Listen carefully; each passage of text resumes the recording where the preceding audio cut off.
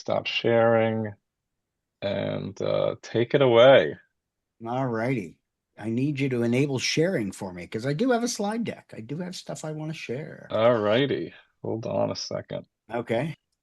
The joys of technology. It's great when it works. Well, Uh, excited to see everybody, those folks that are on camera. Thank you very much. It's always good to be able to see a reaction. I will have chat up.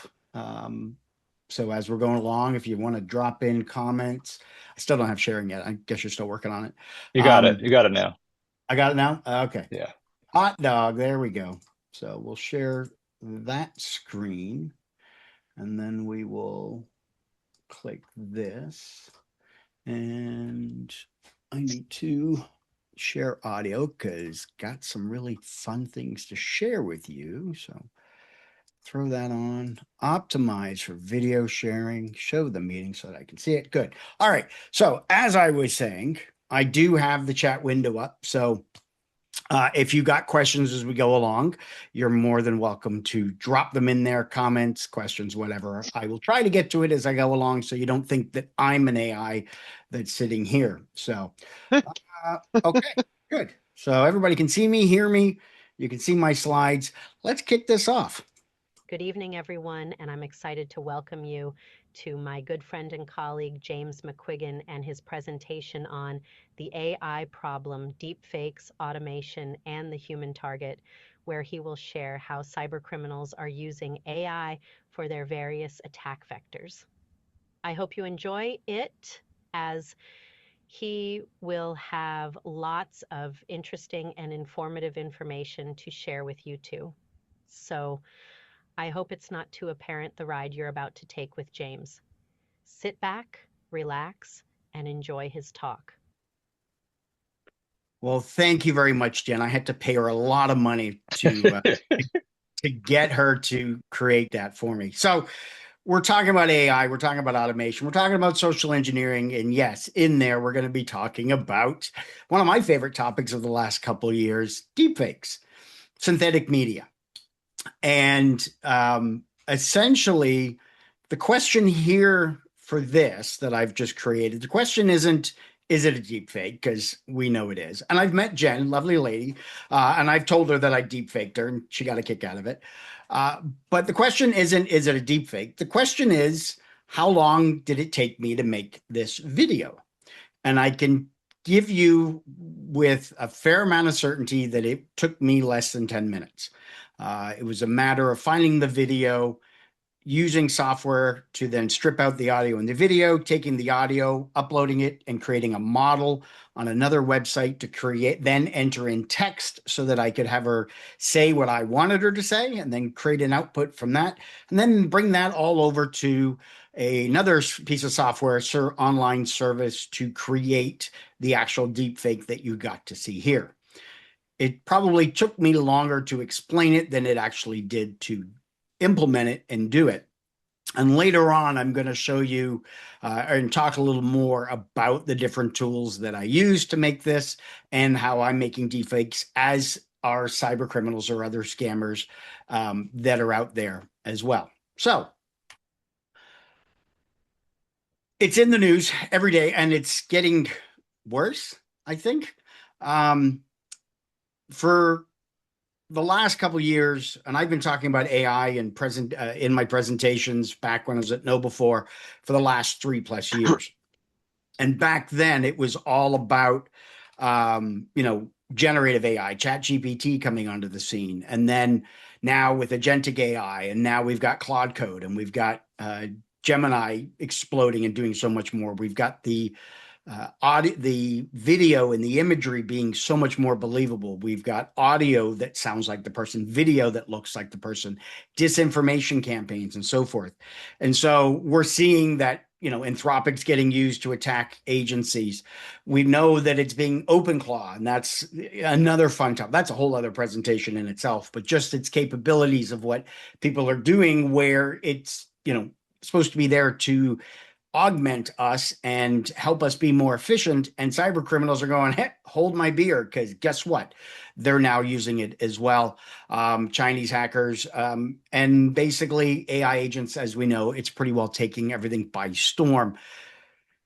We're now beyond just it being chatbots. We're now it being where whatever your imagination can come up with, it's getting created, and we're seeing it being integrated so much more in, if you allow it, into your email, into your calendar, into your files, into your own computer systems, into the servers. And we've seen with OpenClaw where, malware or malicious code was injected in some of these skills and these other capabilities coming out of OpenClaw. So there's a lot to unravel here, and we're going to get to it in just a sec. But as Ken mentioned, my name is James McQuiggan. I was at Know before. I'm now going out on my own, starting up my own consulting, and that's kind of the business aspect. But here's my ISC2 aspect. Been a CISSP since 2008. I've had the pleasure of presenting here a couple times, presented at NGSecon, NJSecon. Always a lot of fun to come up there. Involved with the ISC2 Central Florida chapter for 8 years. I got out on good behavior. So now I'm kind of involved with ISC2 a little more, in the sense of a chair for the Southeast Chapter Regional Management Committee, and then also involved with the North American Advisory Council. So very much engaged with ISC2. When I got my CISSP in 2008, kind of changed my life, my career. So this is my way of finally being able to give back to not only ISC2, but also the community, whether it's Central Florida, whether it's New Jersey, whether it's the world. It's pretty well our whole community that we're supporting. So essentially now what my day job is to go around and talk with people about the importance of securing their dried grapes. Well, yeah, it's raising security awareness. So there you go. Can't confirm there'll be more or less in the presentation, so you'll just have to keep your ears tuned. All right. So the hacker's playbook.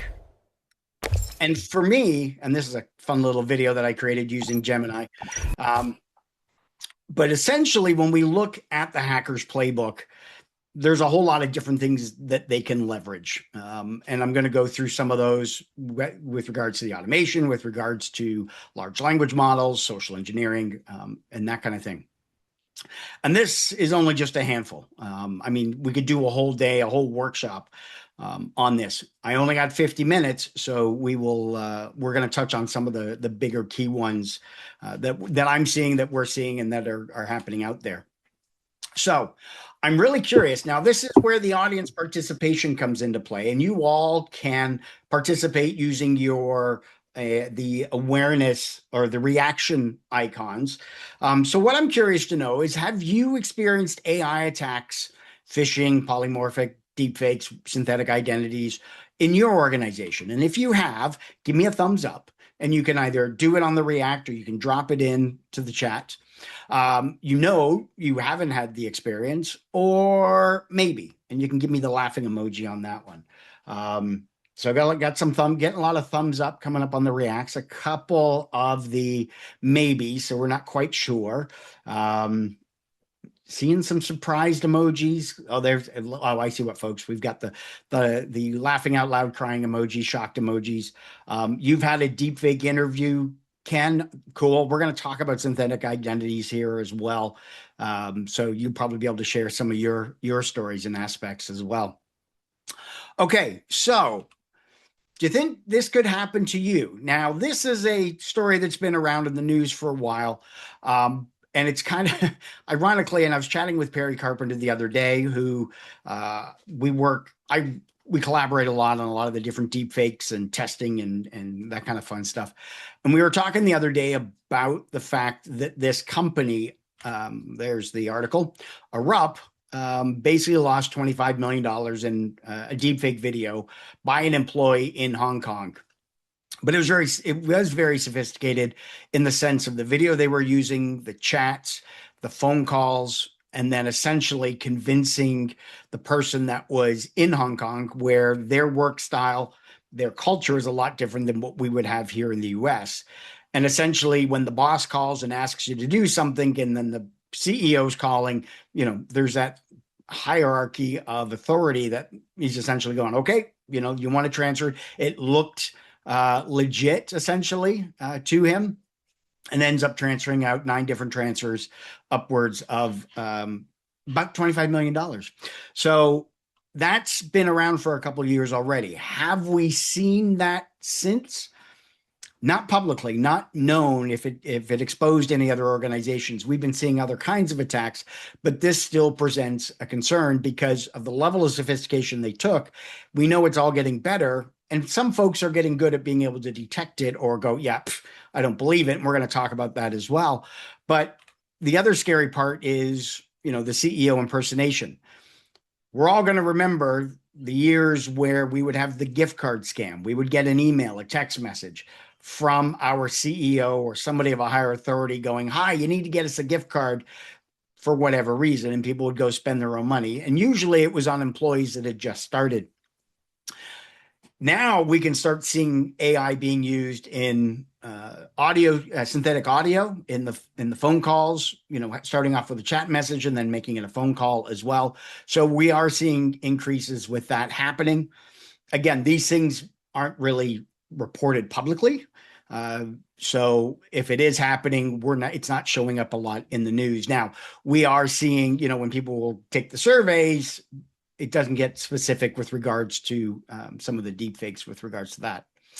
But when we look at the AI attacks that are going on, yes, it is a great fish test campaign. When we look at the different AI attacks that are going on, whether it's RAG exploits, hallucinations, polymorphic malware, automated attacks, password cracking, data poisoning, can go on. We look at them just like we do with any other threat. It's internal and it's external. And when we look internal, of course, we're looking back to our users. And now I'm not saying our users are the weakest link, because if you're calling them that, then we have a problem, because that means they haven't been trained and educated, and we have to work on that. They are the number one targeted, because cyber criminals love to go after them because they know they can use emotion and get them to react to something particular. But from an internal perspective, even a couple of years ago, we've been seeing shadow AI increase, just like the shadow IT that we dealt with for a number of years as well. And essentially now it's getting to the point where, people are wanting to use large language models. They want to use agentic AI. You've got developers that want to use Claude Code or, Manus or whatever other agentic type platforms and frameworks that are out there to be able to get their work done, to be more efficient. They're not doing it to be malicious to the organization or upset somebody. No, they want to try to be more efficient at their work, because the phrase that's going around is AI is not going to take your job. Somebody who knows or uses AI is going to take your job. So people are getting that in their brain and going, oh, well, I got to start using AI and, and figuring out ways. I mean, even Ken at the beginning started off by saying, hey, I just plugged in on everybody's profile and asked it for questions and it took care of it for me. That was amazing. And it does. The large language models and what we're seeing with agentic AI does make us be more efficient. We just have to make sure we start setting some boundaries and policies, and we're going to go over that and review that in a bit. But shadow AI is a big problem with a lot of organizations, whether they've got policies in place, they've got the governance, whether they've got something that allows the users to be able to use the AI program that's out there or proxy it or whatever it may be. But basically, this can be a blind spot. But I think this has now been brought to the attention of CISOs and boards that your users, your employees want to use AI. And when you tell them no, that's like telling your kids when they want a cookie before bed and you say no, they'll still find a way to be able to get a cookie, whether they got to go ask mom or they're just going to go sneak one and be quiet about it. Humans have a way of finding a path to it. So we're dealing with shadow AI. So I'm curious, again, we'll go back to the emojis and the React icons. Has your organization had a shadow AI event? Are you, and I don't care if you are, this is Chatham House rules.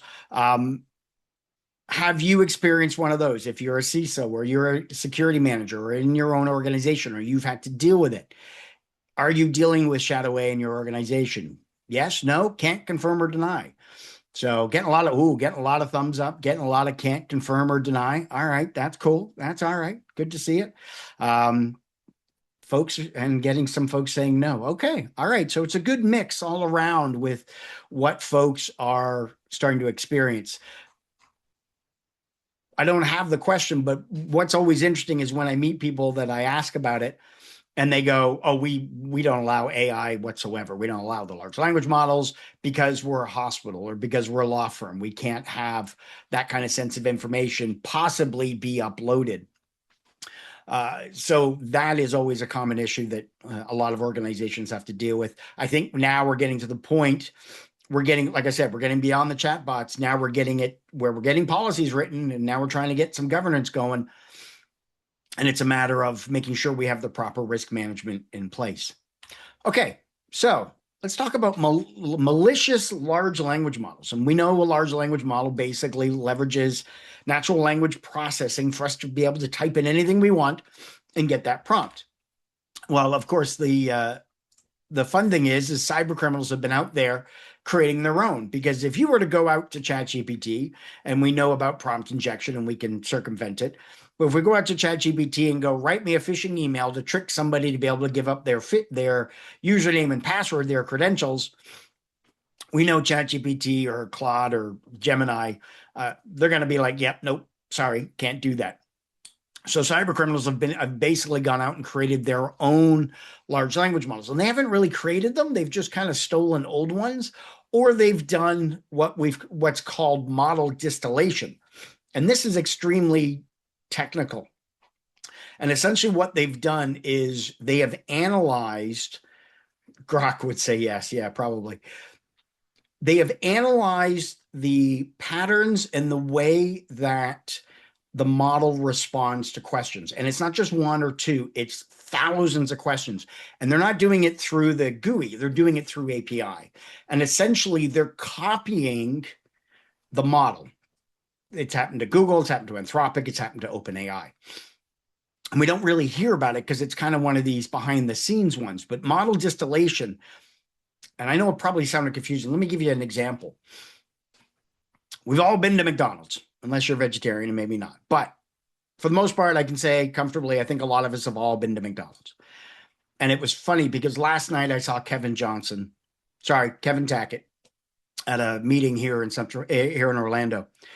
And we were talking about Big Macs, and we were talking about the special sauce that they have. If anybody remembers, I didn't know this, but Kevin informed me that if you go into a McDonald's and you ask them to sing the Big Mac song, they have to sing it to you.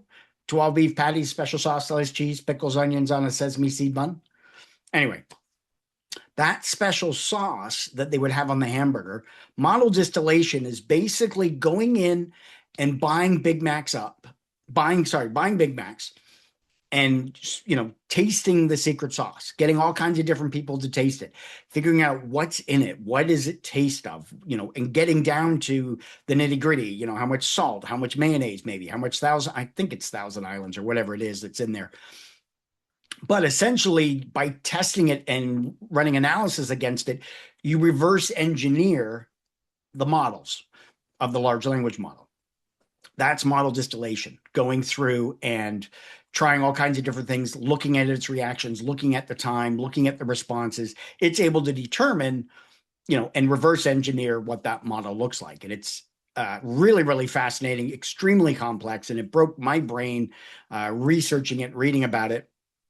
There was an organization today that does AI defense where they released a distillation, they called it the distillery, but a distillation model protection. It's very difficult to protect against it, but they came out with a distillery tool that can help you with making sure your models aren't subject to model distillation. So really incredible, fascinating stuff that the data scientists really dig into.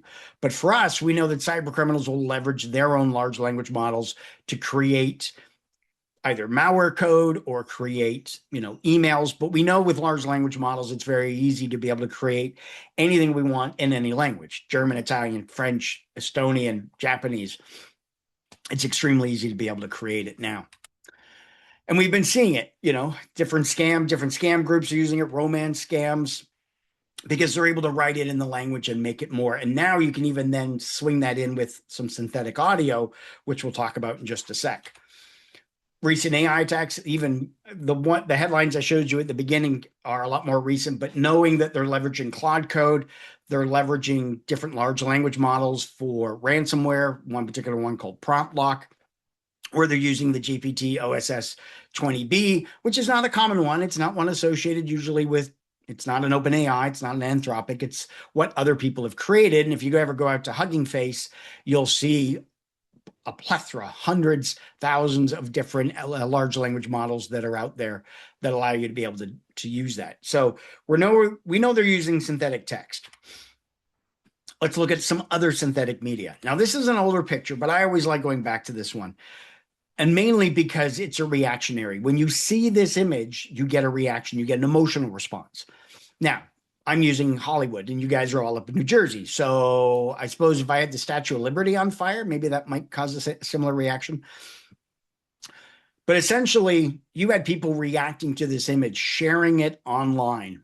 And again, either the person created it just to kind of have a laugh, but it generated so much fear and response. You had people going down the next morning to see the sign because they thought it had burned down. Now, we are looking at it because this presentation is all about deepfakes and AI and everything else, that you're looking at this intently and you go, Hollywood's got 2Ds. I know it's fake. And it says Grok in the lower right-hand corner. That's because we're very well trained to be able to spot those kind of things. But family, friends, rest of the people that are out there may not be. And especially when the fact that it got shared so much on Twitter, X, Facebook, Instagram, and so forth, Snapchat, that it was shared so much that, people were going down to check it out. So synthetic images, even so much so that, a woman over in France ended up giving up $850,000. Even though they were sending pictures to her, this was through chat and through the images. Again, we're sitting here going, yeah, okay, not going to believe it. But there are people, this was an elder woman, these other people that are subject to those. We know that we're getting some crackdowns in with regards to it. Hong Kong police were able to arrest certain folks with regards to it. Synthetic audio. Last year, we dealt with Susie Wiles, Marco Rubio, where their signal accounts, but also they were getting, people were getting voice calls pretending to be Marco, pretending to be Susie, because there was plenty of audio out there. Essentially, you only need about 10 seconds worth of audio of somebody to be able to generate that deepfake overall. But it even, we had Kyle Willhott of Palo Alto, where his wife got a phone call from somebody, a gentleman who said their daughter had just hit him, and put the daughter on the phone, and she was all distraught and she was crying. And at the same time, the wife is texting with Kyle going, hey, this is what's going on. He texts the daughter and go, hey, are you okay? Is everything all right? She goes, yeah, I'm fine. I'm in class, because she was away at university. He tells the wife it's a scam. The wife then hangs up. But there have been instances, have been people where through the synthetic audio, and it's not very hard to get the software. I mean, there's plenty of online services, call center software that you can get to do these types of attacks overall. Even here in Florida, you had a mom that got conned out of $15,000 because she heard her daughter's crying voice. This was only last year. This was only last July. And essentially, it was a lawyer got involved. So now we're dealing with hierarchy. But essentially, they were demanding $15,000 cash for bail because she was going to be arrested. And then when she gave it out, they wanted $30,000. The grandson actually then contacted the daughter. So the mother was doing this all in real time because she believed that it was actually true. We've got a Swiss businessman who fell through with regards to a deep fake voice call as well. He ended up transferring millions, again, because of a synthetic audio of somebody calling somebody that he knew that needed to transfer it. So we know this is happening, that's out there. We know that it can even be done in real time as well. So let's talk about deepfake videos. So I've got two examples here. One is Elise Dennis. Some of you may know her, but she is a red team cybersecurity professional based out of California. I've known her for a number of years, and this is her headshot. This is the picture she uses for all of her speaking engagements and everything else. What I did is I used a program called Lemon Slice that takes the single image, and then I have to give it the audio. So I had to go out. There's plenty of videos of her out there of her speaking. I was able to get her audio. Like I said, I only need 10 seconds. I used 30. Used 11 labs to create the model and then generate this. This was the introduction I did for CactusCon last year that I had Elise do. Good afternoon. My name is Elise Dennis, your keynote speaker tomorrow here at CactusCon. I'm very excited to welcome James McQuiggan, my good friend and fellow cybersecurity colleague, as he shares his presentation about synthetic media or deepfakes to all of you amazing folks here today. James is going to share insights and best practices to detect deepfakes. So sit back, relax, and enjoy James's presentation, as he will probably drop in some dad jokes too. Take it away, James. So again, single image, it generates all the movement and everything else. Maybe not totally believable. It's kind of neat. It's easy if I want to do training videos with her, or she needs to do training videos. But to try to leverage this, you would have to do distortion. You'd probably want it pixelated to make it somewhat believable and very short, so people don't get a good sense to be able to catch onto it. Also, if you were trying to running this through a deepfake detector, most likely it would catch it. This next video is Ira Winkler. This is an actual video of Ira. This is from a podcast he did. What you're going to see is about 8 seconds of him talking in his video, and then it goes right into the deepfake that I made of him. And essentially, this is lip syncing software that, again, I have to get the audio file created from 11 Labs, type in what I want, create the audio, and then upload that with the video to create this. So this is going to be Ira's actual video, and then what I generated off of that I made. Hi, everybody. This is Ira Winkler, and I'm here with Robert Bigman, Bob, as we call him. And essentially, so obviously I'm here to promote CruiseCon. Hi, everyone. I'm Ira Winkler, and welcome to CruiseCon West. I recorded this for James, so he would have a prepared introduction in case I couldn't think of anything good to say about him. So I cut the video off there, but yeah, I didn't know what kind of intro I get from Ira. And then on CruiseCon, when he did my introduction, it was very warm and heartfelt, and I didn't expect it. And I almost felt bad playing the video, but I got over it pretty quick. So these are a couple of people that you may or may not recognize, but here's somebody you will. Good evening, everyone, and I'm excited to welcome you to my good friend and colleague, James McQuiggan, and his presentation on the AI problem, deepfakes, automation, and the human. Oh, you know what? I think I've had enough fun with the ISC2 New Jersey chapter. Maybe it's time to think of something else to do. Because we know Ken has, needs more things to do. But anyway, we'll just leave that there.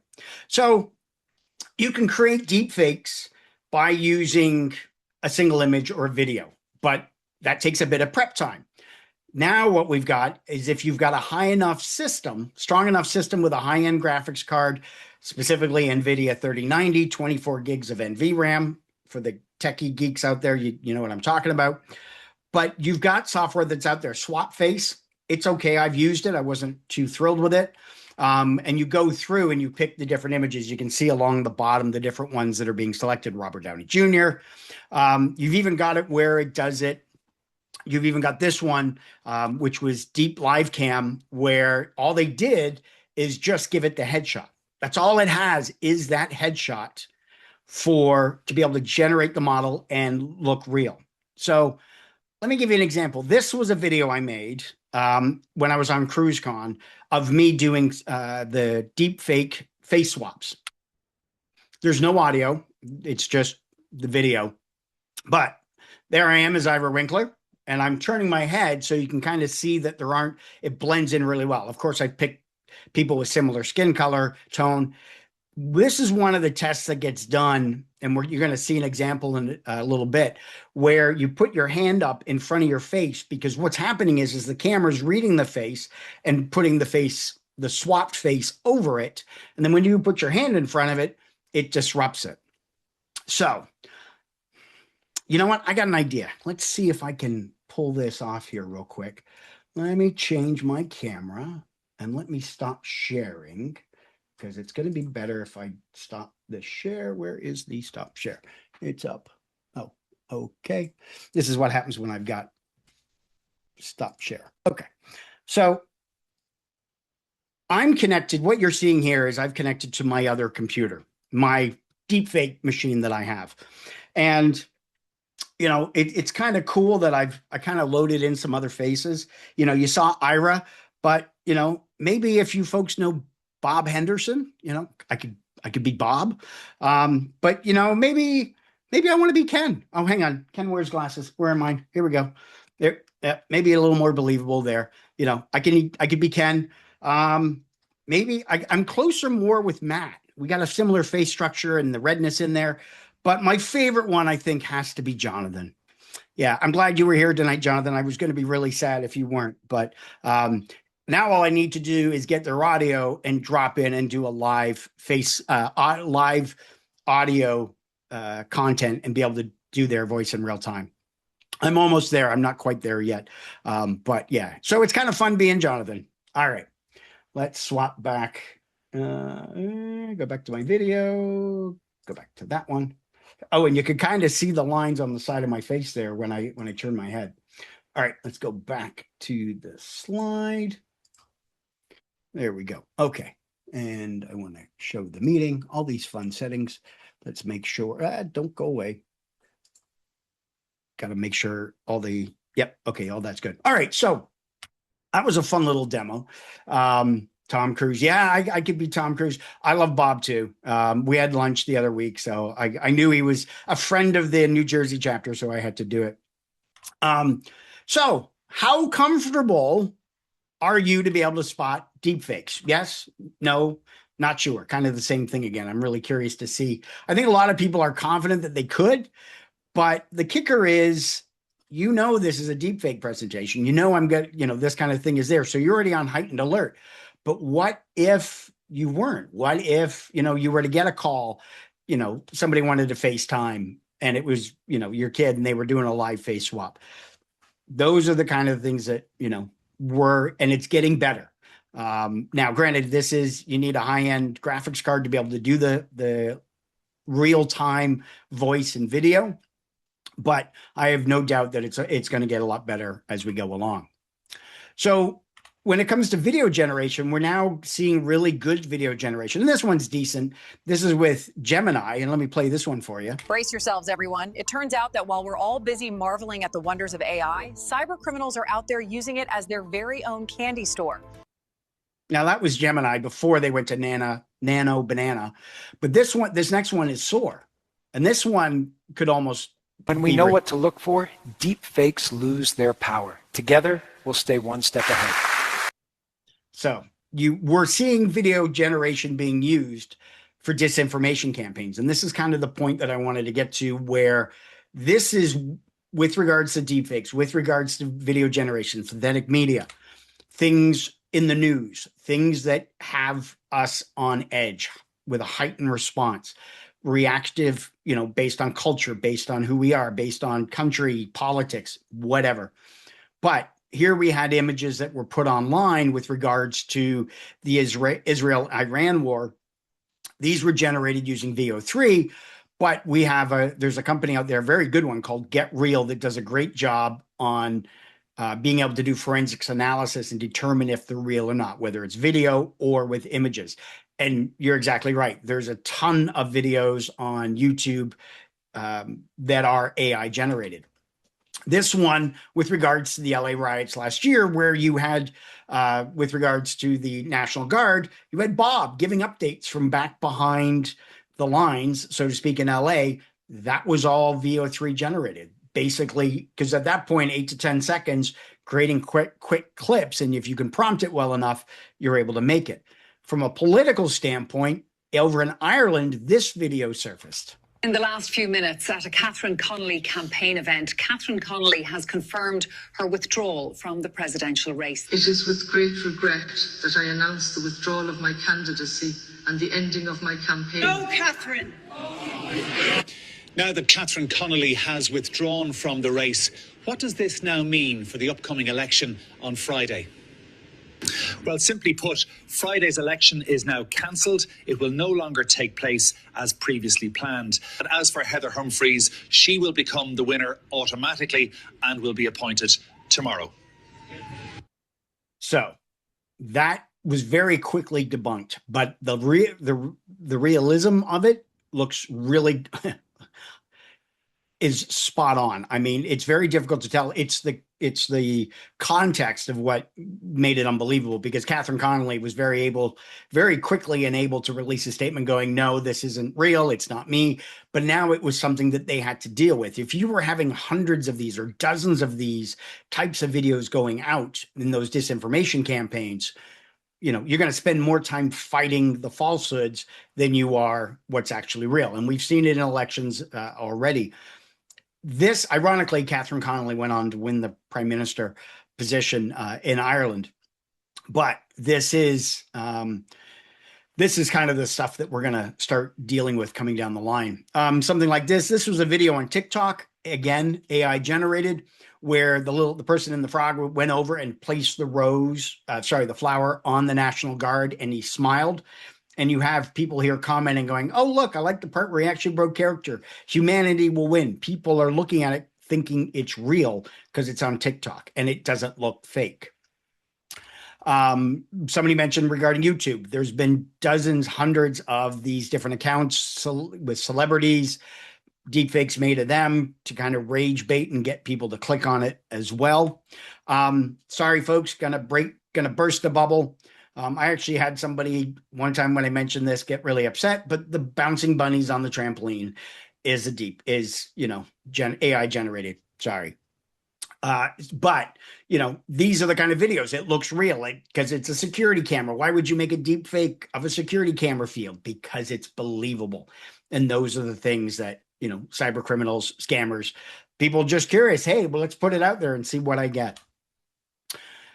But what about when it hits home, when you have these disinformation campaigns? Now, I caught this afternoon on an ISE2 feed. Ken Fishkin, chapter president for ISE2 NG, is surrendering the chapter's 2 awards for North American chapter recognition. They'll be awarded to the ISE2 CFL chapter instead, who are the OG winners. More to follow. What the heck? Looks legit. It's the Twitter font and everything else. Took me 30 seconds to make it on a tweet generation site. But if I were to put that out there, have that text, on a fake account, what kind of position would everybody be in? What kind of, Ken's phone would blow up. I can tell you that now. People would be texting Ken going, what the heck are you doing? Or, he's stepping down, and you have Sam Altman. Just saw the post Ken Fishkin stepping down as president of the ISC2 New Jersey chapter and naming James McQuiggan as his successor. I can't believe it. He's done so much for the community. I'm going to miss seeing your face. Or how about if it was actually Ken telling you that he was stepping down? Yeah, Ken Fishkin. I am the associate director at a national law firm, Lowenstein Sandler. I've been working with them building a security program from scratch for the past 6 years. I am also president of a local ISC2 chapter in New Jersey, and we built that organization to up to almost 800 people now. And I've been doing that for about 5 years, and that's a real labor of love. So after much deliberation, I've decided that labor of love is to be put to bed. I'm stepping down as ISC2 New Jersey chapter president. I'm naming James McQuiggan as my successor, as under his leadership, his chapter won 2 ISC2 recognition awards. So there you go. Now, it's very tongue-in-cheek and very busting Ken. And I would have only made this video. I wouldn't have made this if I didn't think Ken would get a good laugh out of it. And this is where it stays. But it's not that hard to be able to create these videos. this is all done with an online service. Now, the last one I did spend a little time because I had to take real footage and pair it up with my footage that I created. If I would have done something differently to make it more believable, I would have found out the music that they used or found something very similar and underscored it as well. There was also, and I did worked on this today, but basically the intonations in the part that I created were too fast and I would have slowed them down. And there were things that I could do to fix that. But this is just to make it so unbelievable, but make it believable as well. So I was talking before at the beginning where the process I have to go through, get the audio, get the video, strip it out, upload to here, create this, type that in and whatever else, and then send it over to another service and have it process that. It takes about a good 10, maybe 15, 20 minutes. Over the weekend, I vibe coded an app, a web service where I just give it the YouTube link and the text of what I want it to say, and it will generate the video. So hopefully you guys can, I'm sharing the screen, so hopefully you see this. So I have the YouTube link. This is Ken from the ISC2 Global Awards when he got his James R. Wade Service Award. Congratulations, Ken, from a few years ago. Well deserved. But I've dropped it into here. This is something I've created. This is on my system at home, but I vibe coded in a few hours. I also knew what I wanted it to do, but basically giving it the YouTube link, I'm having it start at the 5-second mark because the beginning part is their title. And I don't want to see that. So it's going to start at 5 seconds and it's going to say, hello, everyone, I'm Ken Fishkin and I've been dubbed by James McQuiggan. Thanks for presenting, James. I'm excited to see what you do next. I'm going to start that and it's going to go through the process and download the video. And then when it finishes, I'll throw it back up over here. But in the meantime, I want to carry on. So I called this app Fake Maker and I vibe coded it and literally took me a few hours. I've made some tweaks as I've gone along. Now it's come back and this is something I have to fix, but I've been able to go through. It created the audio and video. Now it's going to render the lip sync. And this is all done through APIs. So I'm already, a minute into this and I'm rocking. So with all these computers and everything, does anybody know what kind of music a computer likes to listen to? Well, that would be an algorithm. Yeah. Oh, man. Oh, yeah. So time flies when you're having fun. So I'm going to zip through the synthetic identities. Your avatar is like kind of weird. I want to show you this video real quick if you haven't seen it. But this is somebody, a North Korean, that's basically trying to get hired and not look as North Korean, and they've done a face swap. Your avatar is like kind of weird. Like, are you using something to like change your camera view? Can you take your hand and put it like in front of your face to like cover it partially? Ah, that's because I was trying to comment on something. So there's no audio from No, the no, Korean. it's not a joke because I can see that you're using some kind of software.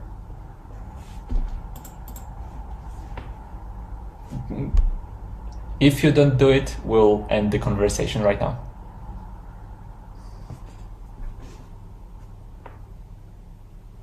Okay, thank you. And he throws up his hand. It's like, no, no, no. No, no, like put it like this, in front of your face. Okay, thank you. Bye-bye. So he ends the call. But essentially, we've been dealing with, when I was at Know before, we were dealing with folks. And one of the questions we ended up asking when the person, their resume and everything said that they were from Dallas, Texas, born and raised in Dallas, Texas. And one of the questions we asked was the fact that, the Cowboys had a really rough year this year. And there was a bit of a delay, maybe some keys clicking, and came back and said that, yeah, the Cowboys are having a tough time wrangling all the cows into the barn. As anybody knows, even if you don't like football, you know who the Dallas Cowboys are. So, we're seeing a lot of these different fraud attempts that are going on with face swaps, selfies, trying to use it for crypto, using it on certain banks, maybe even for travel. But we are starting to see an increase in that as well. So when we look at the attacks overall, AI-powered phishing, deepfake videos, supply chain scams, and insider manipulation, this is just a handful. We know that they're going to be utilizing it for a lot more. So what do we need to do about it? Well, first of all, I don't know if anybody knows, but there's a particular social media club that's out there that doesn't particularly like book clubs. That social media platform, yeah, it's Reddit. So there you go. All right. So let's talk about defend. Technology, there's some platforms that you've gone out. Oh, before I go any further, it finished. So here is, let me get this swung back over. Here is the finished video of what I did with Ken. Let's hear it. I haven't heard it, so let's hear it. Hello, everyone. I'm Ken Fishkin, and I've been dubbed by James McQuiggan. And that didn't do the right voice. Well, that's a first. See, this is always the joys of doing live demos when it crapped out. I wonder why it crapped out. Interesting. All right. Well, never mind. That was fun. I guess I can have Ken be sounding like a woman. Actually, I know whose voice that is, but I'm not sure why it picked that one because it's not supposed to do that. But anyway, okay. So from a technology standpoint, we know that there's different dashboards. We know that there's different services. The kicker to all of this is there aren't a lot of deepfake detectors that are readily available for the consumer. There's a couple, and they're okay. But a lot of these organizations have been created for the enterprise, for journalism, law enforcement, investigators, that kind of thing. So we're not seeing as much readily available for the consumer. So especially in social media, because that's where I think it really needs to be. Either they are worried about false positives, but essentially social media is where we really, really need it overall. The enterprises are great, especially on doing detections for, the hiring of people overall. That's good. So when it comes to the deepfake detector, I've run my deepfakes through it and it comes back and it goes, yep, nothing wrong here. So we know we're dealing with a lot of false positives on those. Shifting out of deepfakes and looking at our organizations and us when it comes to using AI in our organizations. There's a risk framework that NIST has put out. You've got OWASP. They have their top 10 items or things you need to be aware of with regards to large language models. There's an ISO standard, 42001, so you can get certified. CSA. A lot of folks have come forward with their own risk frameworks, but if you're leveraging AI in your organization, either for a service, a product, or allowing people to use large language models or chatbots or agentic AI, having this framework is going to go a long way, especially when it comes to your governance folks, because you can put the policy out there, but then it's got to be governed. So you're almost looking at having an AI first ready security team. And I think that's kind of where we're going to get to next. We're going to have, we've got a cloud security, we've got infrastructure security. Now we're going to start having AI security as well. And one of the things that we want to be doing is threat modeling. And if you're not sure on how to threat model your AI, believe it or not, ask a chatbot. But going through and threat modeling, Adam Showstack's doing a lot of stuff with AI threat modeling right now. He's trying to put together some standards. But again, this is all early days. But going through, understanding prompt injection, data poisoning, model exfiltration, the distillation, becoming familiar with those and how those can be attacked goes a long way as well. Tool familiarity, looking at the different tools that are out there, making sure your AI team is familiar with the agentic AI and so forth. Then you've got, cross-functional literacy, understanding, when it's agentic AI, machine learning, automation, and you've got people that can sit down with the data science folks, legal, product, be able to speak that same language when it comes to risk and value. Kind of what we do with CISOs already. And then finally, upskilling. We have got a lot of upskilling to do. I know for me, in kind of the downtime since leaving KnowBe4, I've been going through and doing a lot of studying and research on AI governance because the technology is going to keep changing. It's the ethics and the governance that we need to be looking at as well. With HR, and when you're talking with your HR folks, have those questions. Be curious. What was the name of the bar located next to the campus that everyone went to, based off of their, where they went to university. But being curious without being overly sensitive goes a long way, kind of like the cowboy question. For me, when it comes to email, it's kind of like my Ring doorbell. I got one of the video camera doorbells. If that doorbell rings, and it happened today, if it rings and I'm not expecting somebody to come over, I'm not expecting the pizza guy, and I'm not expecting Amazon to show up, I'm not expecting Amazon to show up. I'm looking at that video camera doorbell to make sure it's not somebody trying to sell me something. I'm verifying. And the same thing with our email. We all know about it, but we need to make sure that we're getting everybody else. If you're not expecting something, if it's unusual, if it's strange request or whatever, or they're trying to build rapport and you don't know the person, it's a good idea to go through and verify on that. So is the question, is this a deep fake? No. The question should be, and I pulled this from my good friend Perry Carpenter and his book Fake, but basically it's the same thing that applies that we do with email. Kind of take a moment, take the 9 seconds. You see a video, you're not quite sure about it. Maybe look at what are the narrative triggers that go along, because that goes a long way. Sometimes they might be doing it just to kind of, script kiddies, just trying to see what they can do, but go through and investigate, see if you can verify a source, and be vigilant with it overall when it comes to it. When it comes to the deepfake audio calls, questions go a long way. People have said use code words. For me, I think if you've got somebody that's distraught, that's really distraught, they may not remember the code word, but if you can ask them a question that they will know, that goes a long way. And we saw that with the Ferrari CFO. He got a phone call, someone pretending to be the CEO, and he asked the question, "What is that book you recommended to me?" The scammers didn't know. They ended up hanging up the call, which kind of gets us to, as we've said for years, trust and verify. But with the videos and things we're seeing online, it's okay to be a little skeptical, a little politely paranoid. Now, with the awesome chapter that you all have, men and women, I'm really curious if anybody knows the name of the most secure woman in the world. Well, that would be Emma Faye. So there you go. Okay. I'm going to just... I'm just going to... What was that? Oh, I just want to get to the end here real quick, and then we'll take questions. But I do have a way of keeping track of my dad jokes. Yes, I do have a way of keeping track of all of my dad jokes. They're in my database. And finally, what does a computer and an air conditioner have in common? They're both useless when you open windows. So I would really appreciate it if you have a couple moments. I know it's a QR code. Don't come at me, but there's the link there. But this is a way for you to give me feedback. This is my presentation, not affiliated whatsoever with KnowBe4 or any other company. This is mine, information that I put together. Even the design of this PowerPoint was done by my youngest daughter, Katie, who's a graphic designer, KatieMcQuiggan.com. I got to give her a shameless plug because she helped me design the cool graphics that I had for the presentation. But if you got a couple minutes and you can scan the QR code, give me some feedback, I would greatly appreciate it. No, it's not a Rickroll FedEx. So, Ken, I'll turn it back over to you if there's any questions or if I've run out of time.